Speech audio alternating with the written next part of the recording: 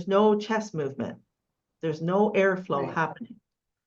The heart's pushing against that. It can't push it through. You get a stretch in the right atrium of the heart.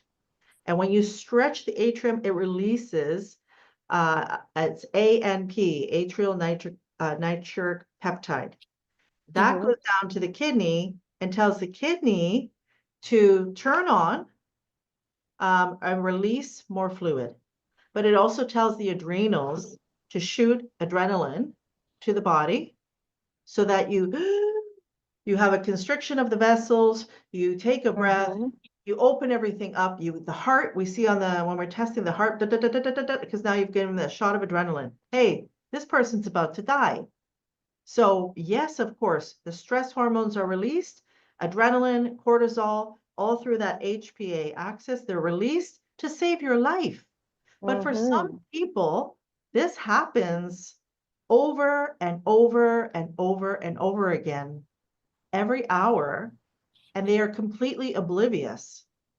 And how we know it's happening is because they're overweight, they have weight around their belly, they're exhausted, they're depressed, they've got type 2 diabetes, they've got high blood pressure, depression, anxiety. Like we see all the side effects from a headache, we see the effects of that action that is happening.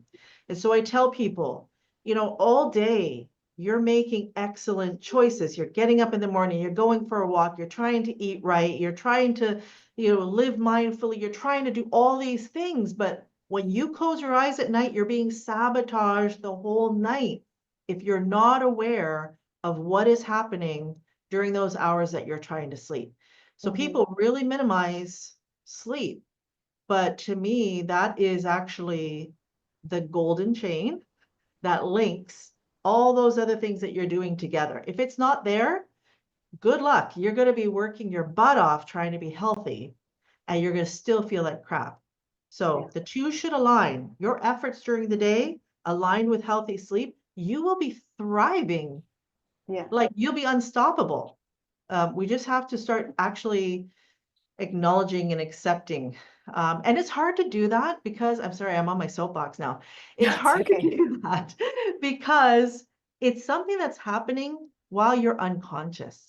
And so people have a hard time wrapping their head around that because it makes them feel vulnerable. And it's in the privacy of your bedroom, and sleep tends to feel like a very private thing. And I don't necessarily want somebody poking and prodding at something that makes me feel uncomfortable because it's something happening to my body and I'm not even aware of it. I have no control over it. And so it can create anxiety for people when you start picking at their sleep. And most people have curated an effective enough story for themselves to not have to address it, right? Oh, well, no, it's just because I this, or it's just because I that. Like, it's amazing the stories people tell, but none of it is based on fact or science. So we test, we get the data, and we show you this is what's happening. And even then I have some people that are like, that struggle to really believe it. They're like, I don't really think I snore. How the heck would you even know?